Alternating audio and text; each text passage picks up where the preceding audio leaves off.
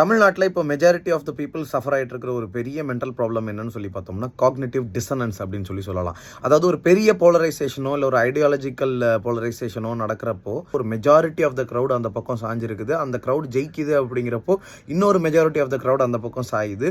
இப்போ அவங்க செய்கிறது எல்லாமே தப்புன்னு தெரியுது, அவங்க they're no way better than the other people அப்படிங்கிறது தெரியுது. ஆனால் உள் மனசு அதை ஏற்றுக்க மாட்டேங்குது. பட் அந்த எலெக்ஷனுக்கு அப்புறம் அது தப்பான சைடு அப்படின்னு இப்போ அவங்களுக்கு புரிஞ்சிருச்சு. இப்போ அவங்களுக்கு பழைய ஸ்டாண்ட்ஸ் எடுக்கிறதுக்கு ஈகோ விட்டு கொடுக்க மாட்டேங்குது. இது ஒரு ஐடென்டிட்டி ப்ரொடெக்டிவ் காக்னிஷன் அப்படின்னு கூட சொல்லலாம். இது என்ன மாதிரி ஒரு மென்டாலிட்டி அப்படின்னு சொல்லி பார்த்தீங்கன்னா, மெஜாரிட்டி ஆஃப் த பீப்புள் இந்த பக்கம் தான் இருக்காங்க, ஸோ நம்மளும் சேஃப் சைடுக்கு இந்த பக்கமே இருந்துக்கலாம். I don't want to be let alone இந்த என்விரான்மெண்ட், இந்த சொசைட்டி அப்படின்னு சொல்லி ஒரு மைண்ட் செட். ஸோ இந்த மாதிரியான காக்னிட்டிவ் ப்ராப்ளம்ஸ் ஹியூமன் பீயிங்ஸாக இருக்கிறது ரொம்ப நார்மல் தான்.